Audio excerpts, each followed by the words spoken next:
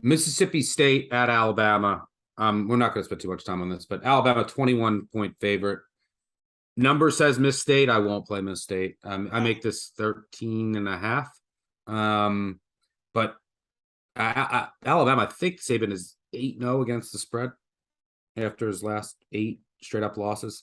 Mississippi State's run defense has issues. We talked about that last week with Kentucky, against Kentucky and against everyone they've played.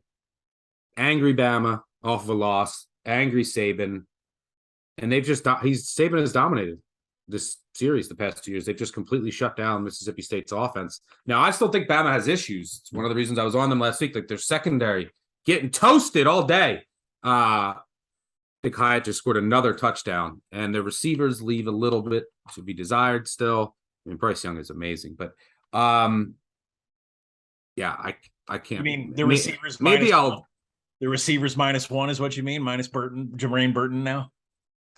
Yeah, well, by the way, what if Tennessee had one of the best receivers in the country last week? Imagine that. Who didn't play.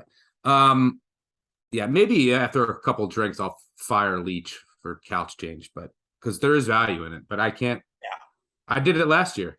I said there's value in this number, and they were down 35-0 out of the gates.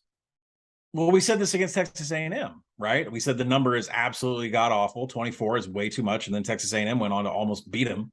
Mm-hmm. So it's like we keep getting these obnoxious numbers that don't align with our power ratings, and then we have to side with a Mississippi State team that has scored 9 points in the last 8 quarters against Nick Saban. It's a very, very bad matchup. For me, this is an under all the way. Nick Saban has said there's a philosophical approach to attacking defenses. For Miss State, you're doing that on the ground. This game screams Jalen Milroe.